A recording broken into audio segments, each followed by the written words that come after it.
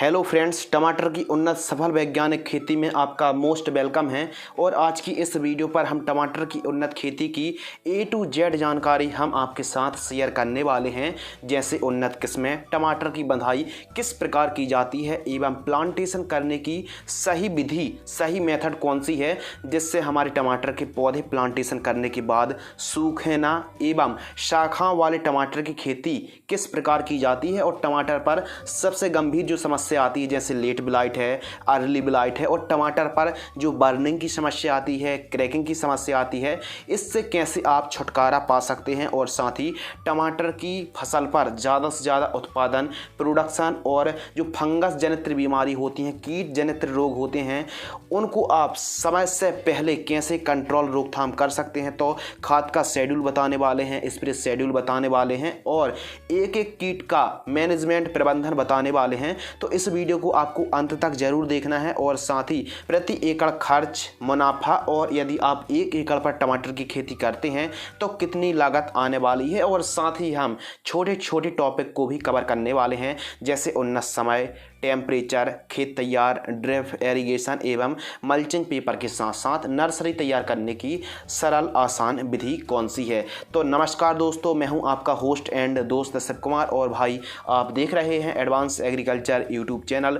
यदि आपको यह वीडियो, यह जानकारी पसंद आती है तो वीडियो को किसान हित पर लाइक ज़रूर करें और यदि आप इस चैनल के साथ अभी तक नहीं जुड़े हैं तो चैनल को सब्सक्राइब भी कर लेना। तो चलिए इस A to Z वीडियो को शुरू करते हैं और सबसे पहले बात करते हैं सूटेबल टाइम के बारे में। तो बरसात के लिए आप टमाटर की खेती जुलाई अगस्त पर कर सकते हैं और गर्मियों के लिए आप दिसंबर जनवरी महीने पर आप टमाटर की खेती कर सकते हैं। टमाटर की फसल के लिए टेम्परेचर एंड सॉइल, तो 15 डिग्री सेल्सियस से 35 डिग्री सेल्सियस तक के टेम्परेचर की टमाटर की फसल को आवश्यकता पड़ती है। और वहीं सॉइल की बात करें तो काली मिट्टी, पीली, लाल, चिकनी, दोमट, उपजाऊ मिट्टी पर जिसका मृदा का pH वैल्यू 5.5 से 7.5 के आसपास हो, ऐसे खेतों पर और उपयुक्त जीवाश्म पदार्थ वाले खेतों पर आप टमाटर की सफल खेती कर सकते हैं। बात करते हैं उन्नत किस्मों के बारे में, तो सेमिनीज का अभिलाष, US का SW1501 एवं अर्का रक्षक F1, सिजेंटा कंपनी की साहो TO 3251 और आपकी जो एरिया में वेस्ट वैरायटी हो, सॉइल के हिसाब से, टेम्परेचर के हिसाब से एवं क्लाइमेट्स के हिसाब से उन्हीं वैरायटी को आपको लगाना चाहिए। खेत की तैयारी, टमाटर की खेती करते समय हमको खेत की तैयारी किस प्रकार करना है, फार्म प्रिपरेशन किस प्रकार करना है।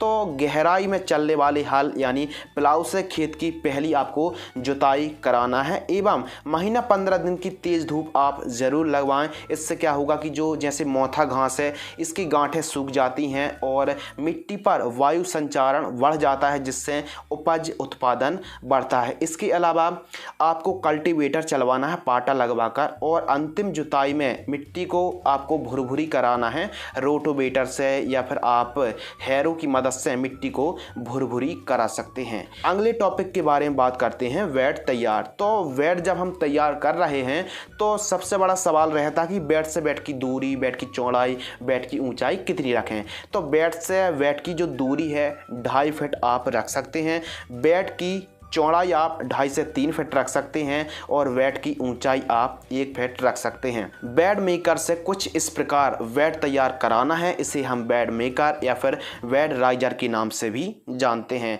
अगले टॉपिक के बारे में बात करते हैं बेसल डोज।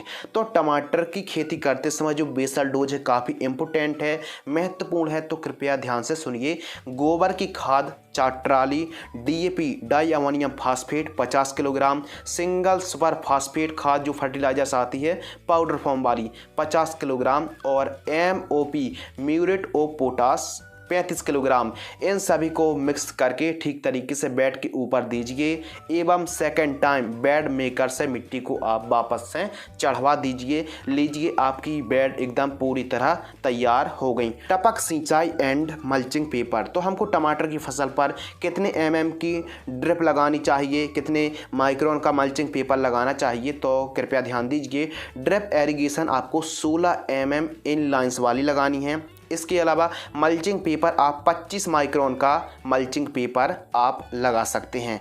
टमाटर की फसल पर ड्रिप एक बेड में एक लाइन बिछाएं और टपक सिंचाई से पानी की बचत होती है और खाद देने में बहुत ही आसानी होती है। हम वेंचुरी के माध्यम से खाद दे सकते हैं। अगले टॉपिक के बारे में बात करते हैं मल्चिंग पेपर में होल्स। जैसे ही आपने मल्चिंग पेपर लगा दिया, ड्रिप बिछा दी, उसके बाद मल्चिंग में होल्स किए जाते हैं। तो जो होल्स करना है आपको जिग-जैग करना है और आपको 2 इंची ही होल्स करना है और होल्स करते समय आपको काफ़ी सावधानी पूर्वक जो ड्रिप लगी हुई है वो भी खराब ना हो। तो कुछ इस प्रकार के टूल्स में आप गर्म कोयले को भरकर सावधानी पूर्वक आप 2 इंची के होल्स ले सकते हैं।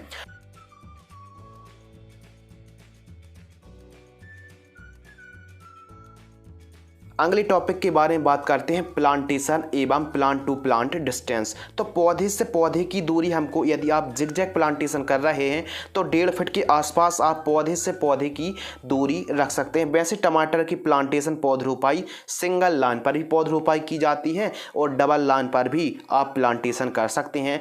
प्रो ट्रे पर आप सावधानी पूर्वक पौधों को बाहर निकालिए और कुछ इस प्रकार जो आप वीडियो पर देख रहे हैं, कुछ इस प्रकार आप प्लांटेशन कर सकते हैं। हल्के हाथों से आपको मिट्टी को दबाना है, यानी बहुत तेज ताकत नहीं लगाना है। हल्के हाथ से आपको सॉफ्ट हैंड से प्लांटेशन करनी है। वीडियो के अगले टॉपिक के बारे में बात करते हैं नर्सरी तैयार, जो काफ़ी ज़्यादा इम्पोर्टेंट है। और नर्सरी तैयार करने की आसान सरल विधि के बारे में हम तो बताने वाले हैं। साथ ही बात करेंगे जो नर्सरी पर फंगस सूखने की समस्या आती है और कीटों का प्रकोप होता है, तो हमको कब कौन सी दवाई का स्प्रे करना पड़ेगा एवं किस प्रकार हमको नर्सरी तैयार करनी है, तो कृपया ध्यान से सुनिए। नर्सरी तैयार करने के लिए ज़रूरत पड़ेगी प्रो ट्रे की, यानी प्लास्टिक की ट्रे की, वर्मी कंपोस्ट की और नारियल की खाद यानी कोकोपीट खाद की हमको आवश्यकता पड़ने वाली है। सबसे पहले हमको एक मिश्रण तैयार करना होगा। नारियल की खाद हमको लेना है 2 हिस्सा और 1 हिस्सा वर्मी कंपोस्ट को हमको लेना है और इस मिश्रण पर हम एक फफूंदनाशक मिलाने वाले हैं, कार्बेंडाजिम 50% फफूंदनाशक को मिक्स करके। यदि आप 10 किलोग्राम मिश्रण तैयार कर रहे हैं तो 50 ग्राम आप फंगीसाइड को मिक्स करके ठीक तरीके से मिश्रण तैयार कर लीजिए। इसके बाद प्रो ट्रे पर आपको भरकर एक एक बीजों की, जो आप इस वीडियो पर देख रहे हैं, ठीक तरीके से पहले प्रो ट्रे को भर दीजिए और एक एक बीजों की आपको बुआई करके उसके बाद एक लेयर और फिर दोबारा से कोकोपीट खाद की चढ़ा दीजिए।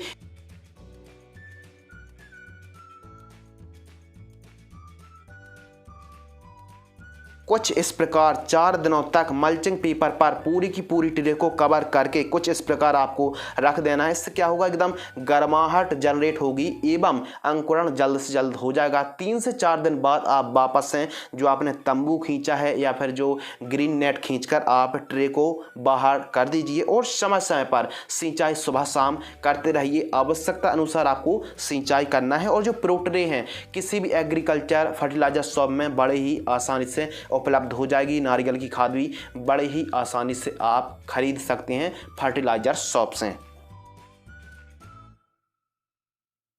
नर्सरी 10-12 दिन की हो जाती है तो फंगस का प्रकोप देखने के लिए मिलने लगता है। तो फंगस के प्रकोप को यदि हमको रोकथाम करनी है तो कार्बेंडाजिम प्लस मैंकोजेब जैसे साफ पाउडर आता है 15 लीटर पानी में 15 ग्राम की दर से स्प्रे कर सकते हैं। इसके अलावा नर्सरी पर यदि कीट दिख रहे हों तो इमिडाक्लोप्रिड 17.8% या फिर थाइमेथॉक्सोन 25% इंसेक्टिसाइड को 15 लीटर पानी में 5 ग्राम की दर से स्प्रे कर सकते हैं। और यदि पीलापन जैसी समस्या आ रही है नर्सरी पर तो आपको एक हम सरल उपाय बताते हैं, सीक्रेट उपाय बताते हैं। NPK 19-19-19 घुलनशील खाद को लेना है 15 लीटर पानी में 15 ग्राम। इसको आपको स्प्रे करके तुरंत आप सिंचाई कर दीजिए। बहुत ही जल्दी हरी भरी आपकी नर्सरी हो जाएगी और तीव्र गति से जो जड़ें हैं वह भी डेवलप होंगी और ठीक तरीके से ग्रोथ बढ़वा लेगी हमारी टमाटर की नर्सरी। एवं जब 3 से 4 इंच की हमारी प्लांट की हाइट हो जाए तब हमको रोपाई यानी प्लांटेशन कर देनी चाहिए। इसके अलावा बात करते हैं पर एकड़ प्लांट्स और सीड्स की रिक्वायरमेंट।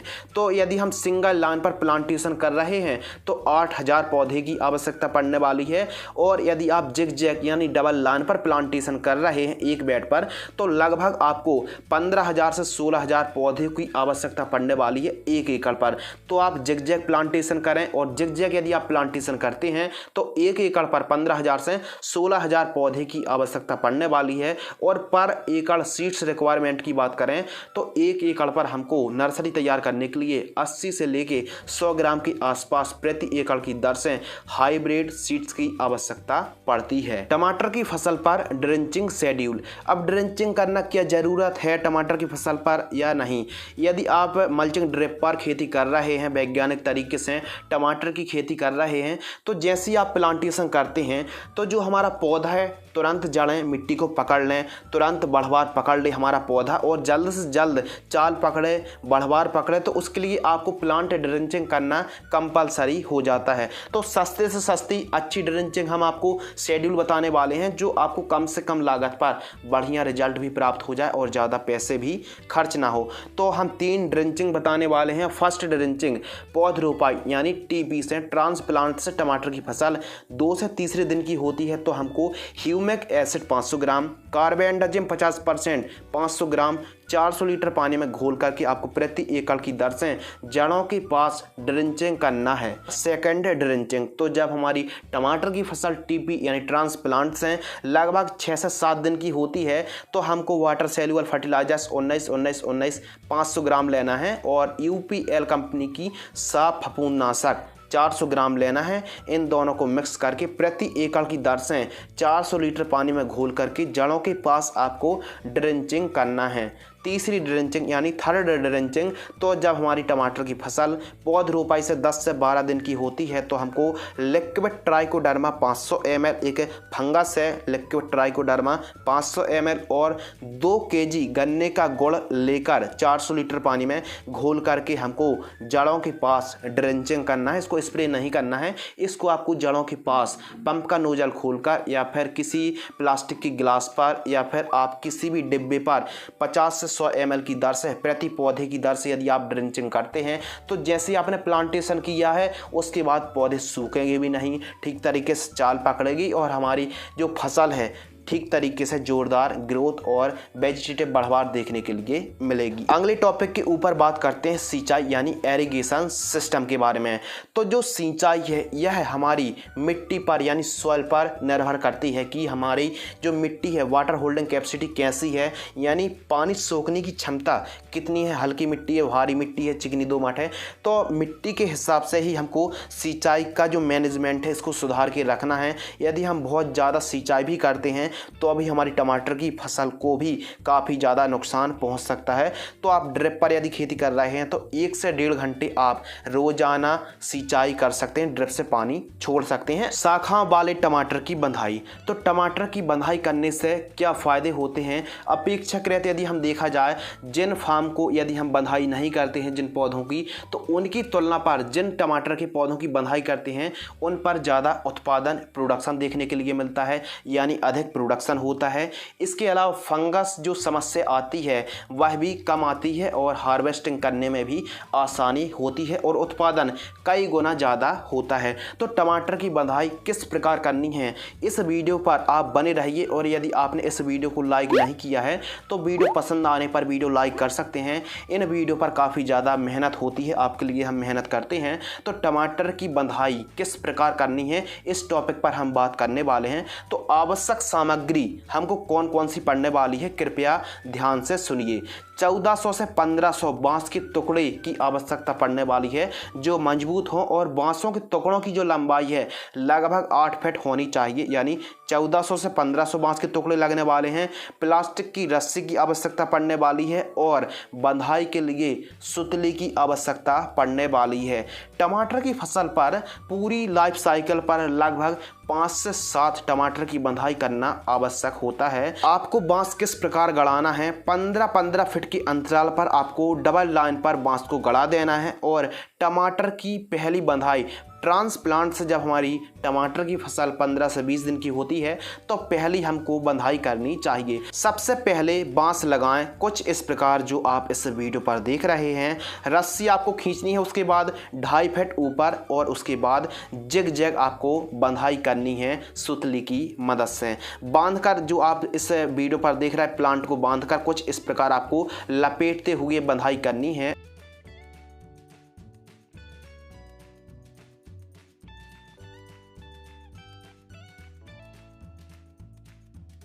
और ठीक इसी प्रकार 30 से 35 दिनों पर हमको दूसरी बंधाई करनी चाहिए।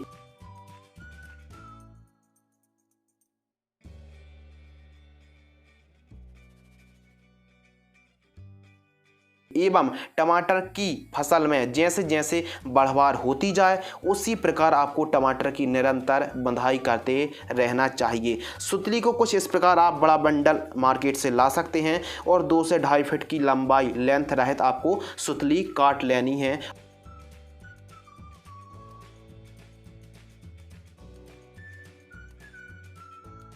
और आवश्यकता अनुसार आपको बंधाई करते जाना है और ठीक तरीके से फर्स्ट लेयर, सेकंड लेयर और थर्ड लेयर पर आपको जो रस्सी है जो आप इस वीडियो पर देख रहे हैं कुछ इस प्रकार टमाटर को सुतली की मदद से आप बंधाई कर सकते हैं। टमाटर की बंधाई करते समय सॉफ्ट हैंड से आप बंधाई करनी चाहिए और टमाटर के पौधे में वजन जैसे जैसे बढ़ता जाएगा ठीक तरीके से उसी प्रकार आपको टमाटर की बंधाई करते रहना चाहिए। टमाटर की फसल गिरे ना उसके लिए आपको मजबूत बांसों को ही लगाना चाहिए। हेलो फ्रेंड्स, बात करते हैं अगले टॉपिक के बारे में, स्प्रे शेड्यूल। तो यह जो स्प्रे शेड्यूल है टमाटर का अन्य वीडियो की तुलना पर थोड़ा सा हटके है, यानी जो बीमारी है, जो फंगस हैं, जो कीट हैं उनके अनुसार हम आपको रोकथाम कंट्रोल विधि बताने वाले हैं। इससे क्या होगा कि जो लागत है वो लागत कम लगेगी और किसान भाइयों को क्या स्प्रे करना है, कौन सी बीमारी पर कौन सा स्प्रे करना है समझने में भी आसानी होगी और स्प्रे करने में भी आसानी होगी, जिससे आपका जो पैसा है वो कम से कम खर्च होगा और आप उन्हीं स्प्रे को ले सकते हैं जो आपकी फसल पर, जो आपकी क्रॉप पर आवश्यकता है। तो चलिए हम डीपली आपको समझाते हैं। तो टमाटर की फसल पर लीफ माइनर आता है, सफ़ेद मक्खी, थ्रिप्स, एफिड जैसिड, फली छेदक और कई प्रकार की इल्ली, तंबाकू इल्ली, रेड माइट्स, नेमेटोड्स और रस चूसक कीटों का प्रकोप देखने के लिए मिलता है।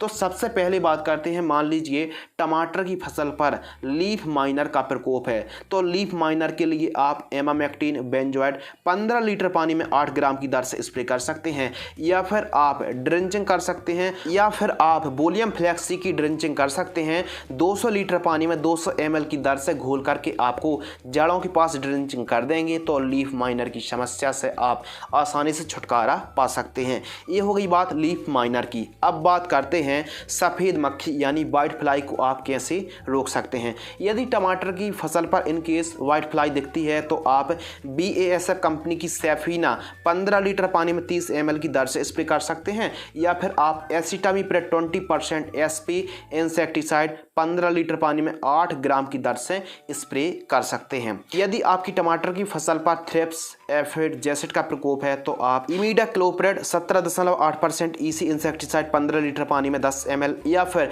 थाइमेथोक्सोम 25% WG इंसेक्टिसाइड 15 लीटर पानी में 8 ग्राम की दर से स्प्रे कर सकते हैं थ्रिप्स, एफिड जैसिड की रोकथाम करने के लिए। यदि हमारे टमाटर की फसल पर फली छेदक का प्रकोप है तो आप डाव की डेलीगेट का स्प्रे कर सकते हैं 15 लीटर पानी में 12 ml, या फिर FMC की वैनबिया जिसमें संयंत्र नीलीप्रोल का कॉम्बिनेशन है 15 लीटर पानी में 15 ml, या फिर आप जो सजेंटा कंपनी की एम्प्लिको इंसेक्टिसाइड आती है 15 लीटर पानी में आप 8 ml की दर से किसी भी एक कीटनाशक का स्प्रे करते हैं तो फली छेदक की आप रोकथाम कर सकते हैं। अगला टॉपिक माइट्स की रोकथाम। तो टमाटर की फसल पर जैसे रेड माइट्स है तो मकड़ी की रोकथाम करने के लिए आप क्रिस्टल की एबासीन इंसेक्टिसाइड 15 लीटर पानी में 15 ml, या फिर धानुका कंपनी की ओमाइट्स इंसेक्टिसाइड आती है 15 लीटर पानी में 15 ml की दर से किसी भी एक का स्प्रे करते हैं तो मकड़ी की रोकथाम आप बड़े ही आसानी से कर सकते हैं। इसके अलावा बैक्टीरिया विल्ट यानी उकठा रोग, जो अचानक आप देखते हैं कि फलता फूलता पौधा पूरा का पूरा सूख जाता है तो बैक्टीरिया विल्ट की शिकायत हो सकती है। तो इसके लिए आपको स्प्रे नहीं करना, इसके लिए आप ड्रेंचिंग कर सकते हैं। रोको फंगिसाइड थायोफेनेट मिथाइल 500 ग्राम की दर से आप 200 लीटर पानी में घोल करके जड़ों के पास ड्रिंचिंग कर सकते हैं। या फिर बायर कंपनी की एलिट फफूंदनाशक आती है, 500 ग्राम 200 लीटर पानी में घोल करके आप ड्रिंचिंग कर दीजिए, बैक्टीरिया विल्ट की समस्या नहीं आएगी। अब बात करते हैं टमाटर की फसल पर काफ़ी गंभीर समस्या लेट ब्लाइट यानी पछेती झुलसा के लिए हम क्या स्प्रे कर सकते हैं। डूपॉन्ट कंपनी का इक्वेशन प्रो या फिर बायर कंपनी की नेटिवो, अमीस्टार टॉप फफूंदनाशक को, एक्रोबैट या फिर इन्फिनिटो फफूंदनाशक को आप किसी भी एक फफूंदनाशक को आप स्प्रे करके लेट ब्लाइट पर आप कंट्रोल कर सकते हैं। टमाटर की फसल पर नेक्स्ट फंगस अर्ली ब्लाइट, जिसे हम अंगेती झुलसा के नाम से भी जानते हैं, तो यह हमारी टमाटर की फसल पर सबसे पहले आता है जो आप इस फोटो पर देख रहे हैं। ये है अर्ली ब्लाइट। तो इसकी रोकथाम करने के लिए आप प्रोपिनेब 70% WP फफूंदनाशक यानी एंट्राकॉल को 30 ग्राम 15 लीटर पानी में स्प्रे कर सकते हैं। इसके अलावा इंडोफिल की मॉक्सीमेट 40 ग्राम या फिर कार्बेंडाजिम प्लस मैंकोजेब 40 ग्राम की दर से स्प्रे कर सकते हैं। या फिर कॉपर ऑक्सीक्लोराइड को आप 35 ग्राम की दर से 15 लीटर पानी में घोल करके आप स्प्रे कर सकते हैं। इसके अलावा बैक्टीरियल स्पॉट, तो बैक्टीरियल स्पॉट जो आप इस फोटो पर देख रहे हैं ये है बैक्टीरियल स्पॉट। तो बैक्टीरियल स्पॉट की रोकथाम करने के लिए आप चाहें तो कॉपर ऑक्सीक्लोराइड 40 ग्राम 15 लीटर पानी में घोलकर स्प्रे कर सकते हैं। या फिर धानुका की कोनिका 40 ग्राम या फिर स्ट्रेप्टोसाइक्लिन सल्फेट 2 ग्राम 15 लीटर पानी में आप स्प्रे कर सकते हैं। पाउडरी मिल्ड्यू की रोकथाम करने के लिए आप चाहें तो hexaconazole 5% EC insecticide 40 ml spray कर सकते हैं। या फिर आप टेबुकोनाजोल 25.9% को 20 ml 15 लीटर पानी में किसी भी एक को स्प्रे आप कर सकते हैं। क्रैकिंग और स्प्लिटिंग की समस्या आती है टमाटर के फल पर, जो क्रैक आ जाते हैं, तो उसकी रोकथाम करने के लिए आप बोरॉन को और कैल्शियम को छोड़ सकते हैं। अब ड्रिप से यदि आप छोड़ रहे हैं तो बोरॉन V20% वाली को 500 ग्राम और कैल्शियम नाइट्रेट को 3 किलोग्राम, इन दोनों को मिक्स करके ड्रिप से छोड़ सकते हैं। और चाहे तो आप स्प्रे भी ले सकते हैं, बोरॉन के साथ आप चेलेटेड कैल्शियम को ले सकते हैं। टमाटर की फसल पर बढ़वार के लिए उपाय, यदि हमारी टमाटर की फसल ठीक तरीके से बढ़वार ना पकड़ पा रही हो या फिर टमाटर की फसल की जो वनस्पतिक स्टेज है वो ठीक तरीके से ग्रोथ ना ले पा रही हो, तो बढ़वार के लिए आप सिजेंटा कंपनी की क्वांटिस 40 ml या फिर पोषक सुपर 30 ml किसी भी एक प्लांट ग्रोथ प्रमोटर को आप ले सकते हैं। यदि टमाटर की फसल पर फल फूल कम आए तो आप टॉनिक का स्प्रे ले सकते हैं। आइसा एग्रो की CF-टॉन 10L टॉनिक 30 ml या फिर आप फेंटाक प्लस 10 ml किसी भी एक को 15 लीटर पानी में घोल करके स्प्रे कर सकते हैं। अब एक और समस्या आती है, फल फूल ड्रॉप होते हैं, तो आप अल्फा नेफ्थल एस्टिक एसिड जैसे बायर कंपनी की प्लानोफिक्स आती है या फिर गोदरेज की डबल आती है, इन दोनों में से किसी भी एक प्लांट ग्रोथ रेगुलेटर का स्प्रे ले सकते हैं। टमाटर की फसल पर इन सस्ती दवाइयों को भी आप आवश्यकता अनुसार बदल बदल कर छिड़काव कर सकते हैं, जैसे dimethoate 30% EC insecticide, profenofos 40% plus cypermethrin 4% EC insecticide, Ridomil gold fungicide, Sagarika CBD extract को, वायर कंपनी की सोलिबन इंसेक्टिसाइड जिसमें इमिडाक्लोरप्रिड और विडासाइक्लोथ्रीन का कॉम्बिनेशन है, मोमेंटो एनर्जी का स्प्रे ले सकते हैं, प्रोक्लेम, कराटे और अलीका जैसे कीटनाशक को भी आप बदल बदल कर आवश्यकता अनुसार छिड़काव करेंगे तो आप अपनी टमाटर की फसल पर आने वाले कीटों को, फंगस को, बीमारियों को सस्ते पर आसानी से कंट्रोल कर सकते हैं। और टमाटर की फसल पर आप 7 से 8 दिनों के अंतराल पर आपको स्प्रे करना चाहिए। वीकली आपको टमाटर की फसल पर आवश्यकता अनुसार कौन से फंगस हैं, कौन सी समस्या है, उसके हिसाब से ही आपको टमाटर की फसल पर यदि स्प्रे करेंगे तो कम से कम लागत पर आपके स्प्रे शेड्यूल जाने वाले हैं। किसान मित्रों, बात करते हैं खाद का शेड्यूल यानी फर्टिगेशन शेड्यूल की A to Z जानकारी। जब हमारी टमाटर की फसल पौध रोपाई से 10 दिन की होती है तो 1 किलोग्राम यूरिया और 1 किलोग्राम NPK घुलनशील खाद 19-19-19 घुलनशील खाद को आप ड्रिप सिंचाई से छोड़ सकते हैं। पौध रोपाई से 13वें दिन 1 kg यूरिया और 1 kg 19-19 ड्रिप से छोड़ सकते हैं। प्रति एकड़ की दर से हम आपको जानकारी बता रहे हैं। पौध रोपाई से 16वें दिन 2 किलोग्राम यूरिया और 1 किलोग्राम NPK 1744-0 को आप ड्रिप में छोड़ सकते हैं। पौध रोपाई से 18वें दिन 2 किलोग्राम यूरिया और 1 1 किलोग्राम NPK 19-19-19 ड्रिप सिंचाई से छोड़ सकते हैं। पौध रोपाई से जब हमारी टमाटर की फसल 21 दिन की होती है तो 3 किलोग्राम यूरिया और 1 किलोग्राम NPK 12-61-0 ड्रिप में आप छोड़ सकते हैं। यदि आप चाहें तो यूरिया को हटाकर भी केवल और केवल 19-19-19 का शुरुआती चरणों पर प्रयोग कर सकते हैं। और यदि आप यूरिया का प्रयोग कर रहे हैं तो फूल से पहले तक आप चाहें तो कम मात्रा पर, बिल्कुल कम मात्रा पर प्रयोग कर सकते हैं। यूरिया से एकदम अनचाही बढ़वार होती है तो आपको यूरिया बहुत ही सावधानी पूर्वक प्रयोग करना चाहिए। इसके अलावा बात करते हैं जब हमारी टमाटर की फसल पौध रोपाई से 24वें दिन की होती है TP से, तो 1 किलोग्राम 19-19-19 और 1 किलोग्राम 17-44-0 इन दोनों को मिक्स करके ड्रिप सिंचाई से छोड़ सकते हैं। किसान मित्रों, जब हमारी टमाटर की फसल TP से 27 दिन की होती है तो 3 किलोग्राम NPK 17-44-0 प्रति एकड़ की दर से ड्रिप सिंचाई से आप छोड़ सकते हैं। पौध रोपाई से 30 दिन की हमारी जब क्रॉप होती है तो 1 किलोग्राम NPK 19-19-19 और 250 ग्राम ह्यूमिक एसिड ग्रेन्यूल्स को आप दोनों को मिक्स करके ड्रिप सिंचाई से छोड़ सकते हैं। जब टमाटर की क्रॉप लगभग 32 दिन की होती है तो 500 ml लिक्विड ट्राइकोडर्मा फंगस को आप प्रति एकड़ की दर से ड्रिप सिंचाई से आप छोड़ सकते हैं। टमाटर की क्रॉप TP से 35 दिन की होती है तो 1 किलोग्राम NPK 052-34 NPK 13-40-13 1 किलोग्राम इन दोनों को प्रति एकड़ की दर से आप छोड़ सकते हैं। टमाटर की क्रॉप जब पौध रोपाई से 38 दिन की होती है तो 250 ml लिक्विड माइक्रो न्यूट्रिएंट किसी अच्छी कंपनी का और 3 किलोग्राम NPK 19-19-19 प्रति एकड़ की दर से ड्रिप सिंचाई से आप छोड़ सकते हैं। तो 2 किलोग्राम NPK 17-44-0 और 2 किलोग्राम चाहे तो आप यूरिया मिक्स कर भी सकते हैं और चाहे तो ना भी करें तो कोई दिक्कत की बात नहीं है। टमाटर की क्रॉप ट्रांसप्लांट से 46 दिन की होती है तो हमको कैल्शियम नाइट्रेट 3 किलोग्राम प्रति एकड़ की दर से ड्रिप सिंचाई से आप छोड़ सकते हैं। पौध रोपाई से 50 दिन की क्रॉप होने पर 2 किलोग्राम NPK 052-34 घुलनशील खाद को ड्रिप सिंचाई से छोड़ सकते हैं। 55 दिन की फसल होने पर NPK 052-34 2 किलोग्राम और माइक्रो न्यूट्रिएंट 200 ग्राम इन दोनों को मिक्स करके प्रति एकड़ की दर से छोड़ सकते हैं। 60 दिन की क्रॉप होने पर ammonium sulphate 3 kilogram, magnesium sulphate 3 kilogram प्रति एकड़ की दर से ड्रिप में आप छोड़ सकते हैं। ट्रांसप्लांट से टमाटर की फसल 65 दिन की होती है तो NPK 12-61-0 2 kilogram, white potash 2 kilogram प्रति एकड़ की दर से आप छोड़ सकते हैं। ट्रांसप्लांट से 70 दिन की crop NPK 18-24-6 2 kilogram, NPK 13-0-45 2 kilogram आप छोड़ सकते हैं। 80 दिन के आसपास की होती है तो केवल 4 किलोग्राम कैल्शियम नाइट्रेट खाद को आप छोड़ सकते हैं। पौध रोपाई से 90 दिन की क्रॉप होने पर NPK 052-34 3 किलोग्राम और NPK 0050 3 किलोग्राम प्रति एकड़ की दर से आप ड्रिप सिंचाई से छोड़ सकते हैं।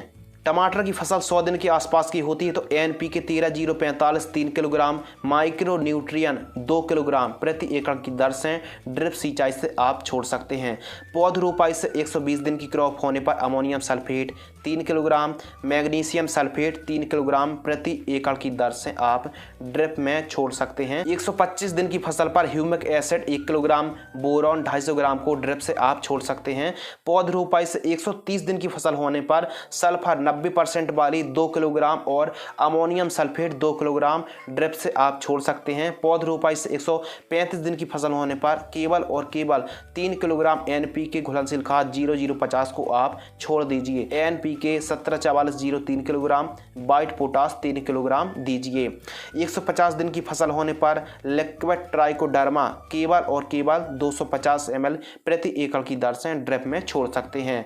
जब हमारी फसल 160 दिन की होती है तो ammonium sulphate 2 kilogram, magnesium sulphate 3 kilogram 1 एकड़ पर छोड़ सकते हैं। पौध रोपाई से 170 दिन की फसल होने पर 13-0-45 3 किलोग्राम, माइक्रो न्यूट्रिएंट 1 किलोग्राम आप छोड़ सकते हैं। जब टमाटर की फसल 180 दिन की होती है तो NPK 0050 3 किलोग्राम आप ड्रिप सिंचाई से छोड़ सकते हैं। किसान दोस्तों, ये थे टमाटर की फसल पर 180 दिन तक का फर्टिगेशन शेड्यूल। अगले टॉपिक के बारे में बात करते हैं, प्रोडक्शन यानी उत्पादन के बारे में। तो टमाटर की फसल पर जो उत्पादन होता है 50 से लेके 60 टन 1 एकड़ पर उत्पादन आप निकाल सकते हैं। जीवन चक्र की बात करें तो लाइफ साइकिल 8 से 9 महीने चलती है। यदि आप टमाटर की बंधाई करके खेती करते हैं। तो अगले टॉपिक के ऊपर बात करते हैं मुनाफा यानी बेनिफिट के बारे में। तो यह मार्केटिंग रेट पर काफ़ी ज़्यादा डिपेंड करता है। कभी कभी हमको काफ़ी अच्छा रेट 15 रुपये केजी, 20 रुपये केजी थोक रेट मिल जाता है, कभी कभी 5 रुपये केजी भी रेट मिलता है। यदि हमको 10 से 15 रुपये केजी का भी थोक रेट मिल जाता है तो हम बड़े ही आसानी से 2 लाख रुपए सभी लागत को काट कर कमा सकते हैं। खरपतवार की बात करें तो मजदूरों की सहायता से आपको टाइम टाइम पर खेत पर साफ सफाई करना, खरपतवार को निकलवा सकते हैं मजदूरों की सहायता से।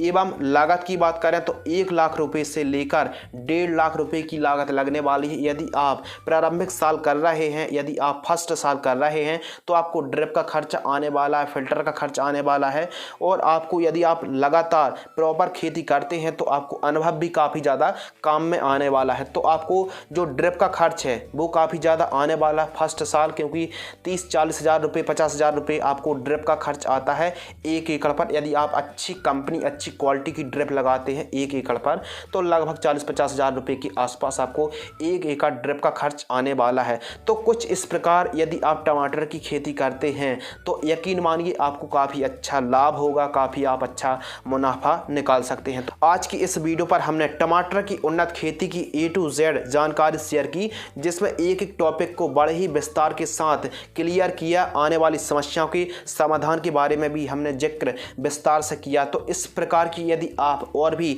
फसलों की जानकारी चाहते हैं तो ज़्यादा से ज़्यादा कमेंट करें, वीडियो को लाइक करें, इस वीडियो को ज़्यादा से ज़्यादा शेयर जरूर करें ताकि अन्य किसान भाइयों की भी हेल्प हो सके। तो मैं आपका होस्ट एंड दोस्त शिव कुमार, मिलते हैं कुछ और इसी प्रकार A to Z नई फसलों की नई जानकारी के साथ। और आप अधिक जानकारी के लिए आप हमारी वेबसाइट advancedagriculture.in पर भी विजिट कर सकते हैं। आप हमें सोशल मीडिया हैंडल पर भी फॉलो एंड फेसबुक पेज को लाइक कर सकते हैं, लिंक आपको डिस्क्रिप्शन में मिल जाएगी। तो मिलते हैं कुछ और नॉलेजेबल, ज्ञानवर्धक और इम्पोर्टेंट जानकारी के साथ। तब तक के लिए धन्यवाद, नमस्कार, जय जवान जय किसान।